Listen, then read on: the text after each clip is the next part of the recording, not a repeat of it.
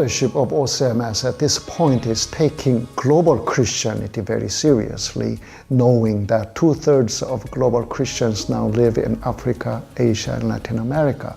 Our goal at this point of vision is really to raise these global leaders, especially from the global south, so that the future of global Christianity is shaped through their contribution and even through their leadership. OCMS gives that incredible opportunity to exchange between Africa and Latin America and together engage with the North in a way that can be actually redeeming of relationships that have often historically not been the best. I think it's probably the wisest investment that anyone can make.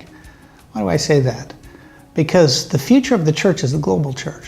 Our applications have tripled in the last 2 years. We see students coming into our program when other leading universities are struggling to get applicants into mission studies or theology, and yet they're coming here. Why? Because the global church is at the cusp of growth, of establishment, and of becoming the leadership of the church around the world, and OCMS is at the cutting edge of that.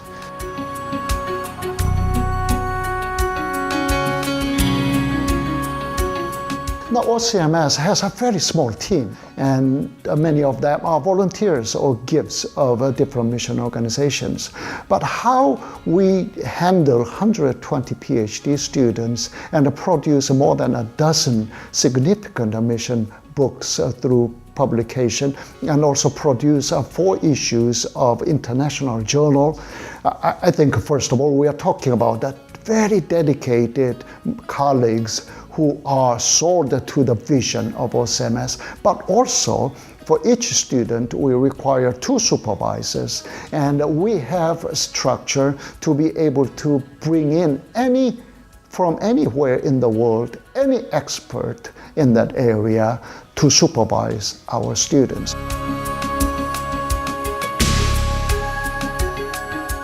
We are in the business of kingdom building in a holistic way and transforming communities, and our people here go back with those kind of qualities and skills of going out and transforming communities and lives.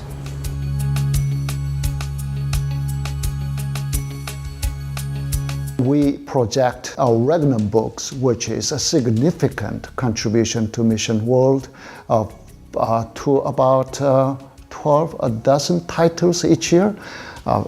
Honestly speaking, this year we are producing 13 or 14 titles already. This is by our recent graduate Samuel Chuma from Rwanda.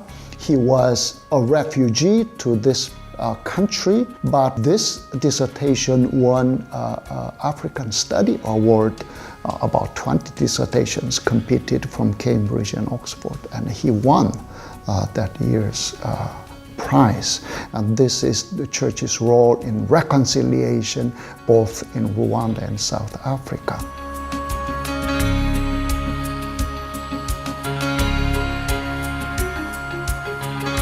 For people to invest in OCMS means that you're investing in the best minds in the world to work on the biggest problems, to create a sense of hope for the future. We want to launch a very important resident scholarship program so that significant leaders in mission studies from the global south will be able to spend 2 months or 3 months here and produce publication and research.